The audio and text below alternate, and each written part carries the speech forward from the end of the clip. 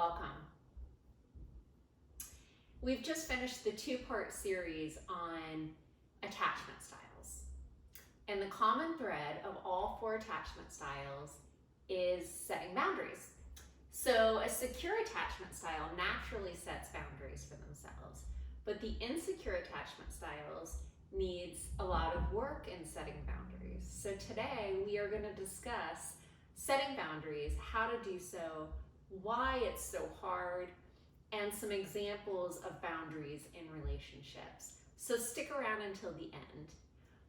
All right, so boundaries are great in all types of relationships with neighbors, coworkers, friends, and family. But today we're going to be discussing boundaries specifically in romantic relationships. So there are 7 types of boundaries that you should be aware of. And those are personal space boundaries. So whether you're going to live together before marriage, and if you do, who's going to get what closet, how much closet space,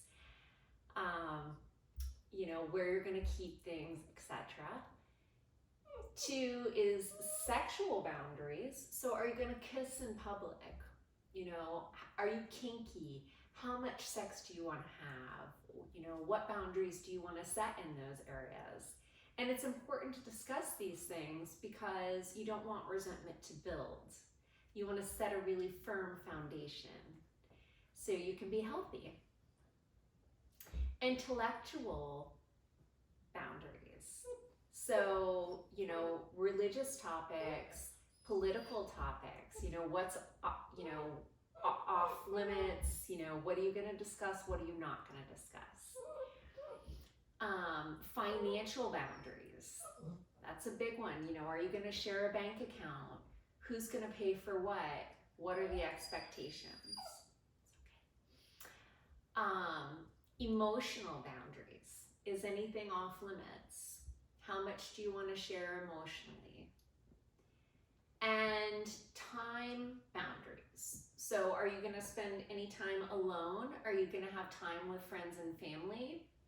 How much time are you going to allow for each other?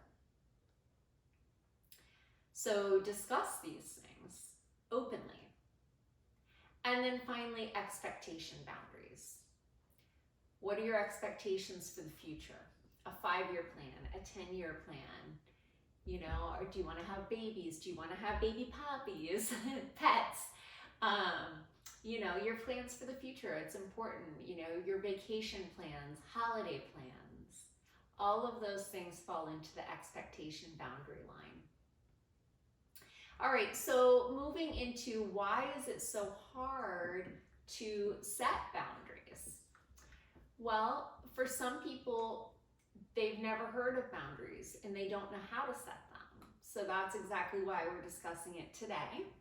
It's one reason. For other people, they're afraid of abandonment. That's a big one. Maybe they feel that they fear acceptance or the lack of acceptance. For other people, they worry about hurting other people's feelings. Maybe they're people pleasers. There's a lot of people pleasers out there. Other people have issues with trust. And so they worry that if they set boundaries, maybe those boundaries will be broken. But basically that's why we put boundaries into place, is to ensure that we can trust people. It's a way to protect our emotional energy and our physical well-being as well, right? So that's why boundaries are critical. And if somebody does not respect our boundaries, then ultimately they don't respect us. And that's why boundaries are so necessary. And so we have to respect ourselves enough to walk away from the person who perpetually disrespects our boundaries. And if they break it once, we give them a firm warning that, hey, not cool, you broke my boundary. Please don't do it again, or the relationship might have to end. Right? So that's how we handle those situations. I also like to have a bottom line. So I call a bottom line a deal breaker. If you break my bottom line, a big boundary, the relationship is automatically over. I'm walking out that door. So my bottom line, for example, is lying, because I always tell my significant other that if they lie to me, it's over. But if they come to me, if they mess up really, really bad, but they come to me, that we can work through anything. But if I hear it from someone else, deal breaker. It's over, kaput, done. So that's my bottom line. Your bottom line might look completely different. Your bottom line might be an affair. Your bottom line might be a huge betrayal. Your bottom line might be, I don't know, whatever.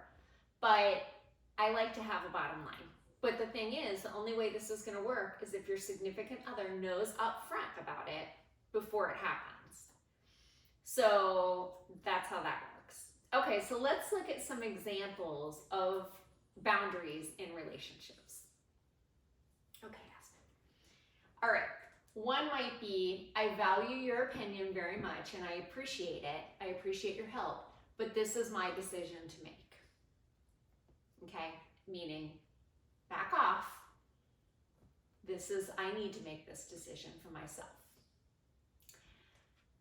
Example number 2 might be, I can text you in the morning and at night, but during the day while I'm at work, I need to really focus and pay attention to my work. So if you text me and I don't answer, it's not that I don't care about you and love you, it's just that I'm focused on my work. Okay. Example number 3 might be, I love spending time with you, but I also really need some time to myself and time with my friends and family. So those are 3 examples of boundaries, what boundaries might look and sound like. But you can set whatever boundaries that you need to protect your energy and your feelings. So I hope this has helped you kind of wrap your head around boundaries, how to set them, what they look like, and why they are so important.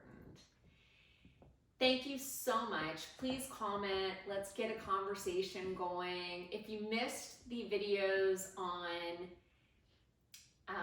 attachment styles, please go back and watch them. There's 2 and they are very informative and helpful. So thank you so much. You are absolutely amazing.